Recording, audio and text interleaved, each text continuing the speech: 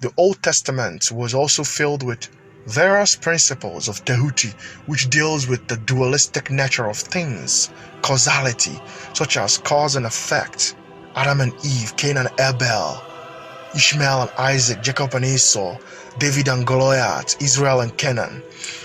These are plagiarism of night and day, summer and winter, sun and moon, the reaper and the sower, your right brain and your left brain. If I should go straight to the point, the truth is that all the stories in the Bible are based on astrotheology and astrology, which is the magnum opus of the ancient Sumerians, the Babylonians, the Egyptians, and the Canaanites. The esoteric Greeks that wrote the Abrahamic books went ahead and classified the Babylonians, the Canaanites, the Egyptians, the Sumerians as evil civilizations in the Bible, while the entire Bible is filled with their magnum opus. All the civilizations hated in the Bible were Afro people's civilizations. All the lands that the Hebrews or Jews were usurping in the Bible, in the real history, these were lands the Greeks and their allies usurped. The Greeks, the Babylonians, the Sumerians, the Canaanites. Esoterically, Hebrew is Greek in disguise. The Europeans started their plan to create the lie-coded inorganic world in Greece through Alexander the Thief. Then the Romans inherited the stolen legacy and passed it down to the English, and the English finished work.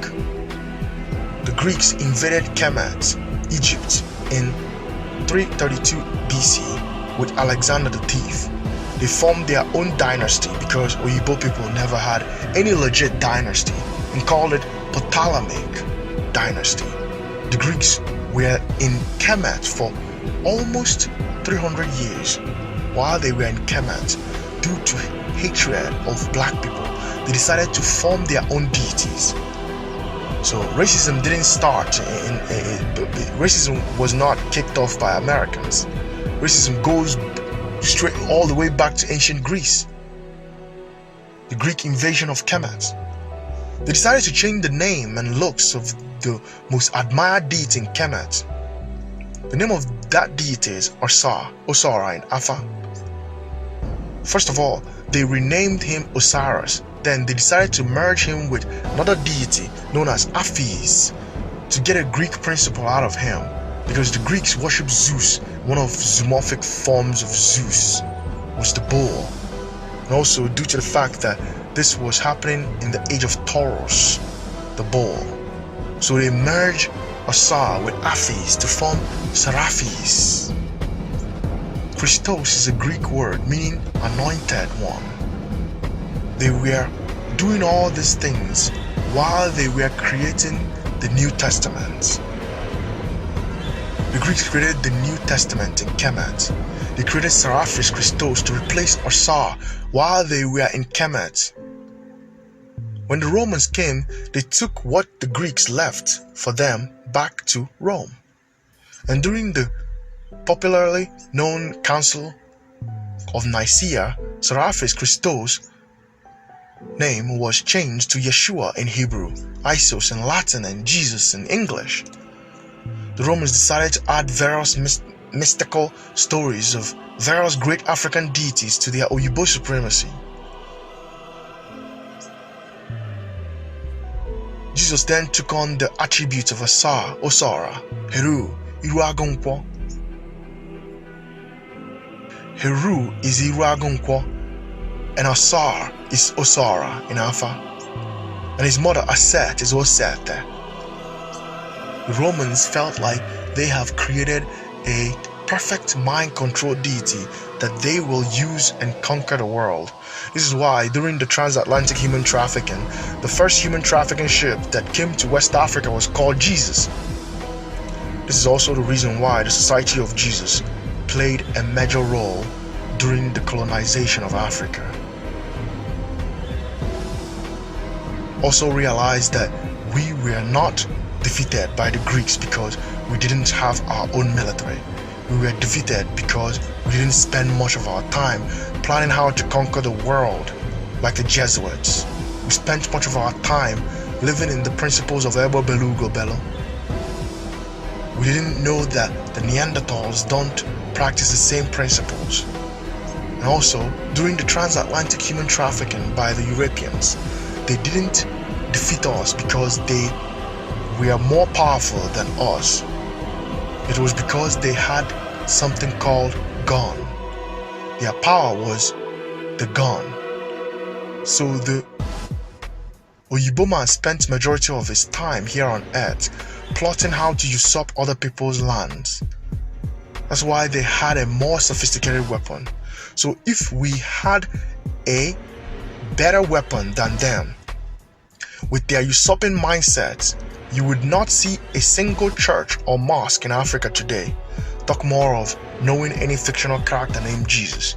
You wouldn't know any stupefied pastor named Oduheja, nor any Islamic terrorist group known as Boko Haram. That's what African Abrahamists don't know. What kind of a God gives other people's land to you? And what kind of a human are you to have accepted the land? A land where other people lived for thousands of years. And through human existence, what group of people do we know to usurp other people's lands or claim to have discovered a certain place? Columbus discovered America. Mungo Park discovered River Niger. Bartholomew Diaz discovered Cape Town, the Horn of Africa. Who are these explorers and what was their inspiration? What inspires a man to claim to be the discoverer of places where other people lived? Throughout human existence, there has been a pattern of false gods or false energy forces that our ancient ancestors recorded through allegorical arts. Even in Afa and Ifa divination, there are secret stories about these false energy forces or gods. Marduk versus Tiamat, Yahweh versus El, Alelu, Yahweh versus El, Baal, or Oramo Gonogo versus Ndembo, Obiojo versus Obioma, Oduduwa versus Obatala. But the most famous of the false energy forces is Yahweh. Yahweh is from the bloodline of Marduk, Oduduwa and Igwekala. In fact, Yahweh is Marduk, Oduduwa, Igwekala. The true God was recorded as El, Canaanite, Ele in Igbo, Ella in Yoruba, Osar in Kemet, Emen in Kush, Elysion in Greek. As good cannot be mixed with evil, this is the same way these energy forces cannot be able to mix. But due to the fact that Western scholars are afraid to discover the truth, they always mix Yahweh and El the same, going against the sacred order of our ancestors who told stories about what happened to them.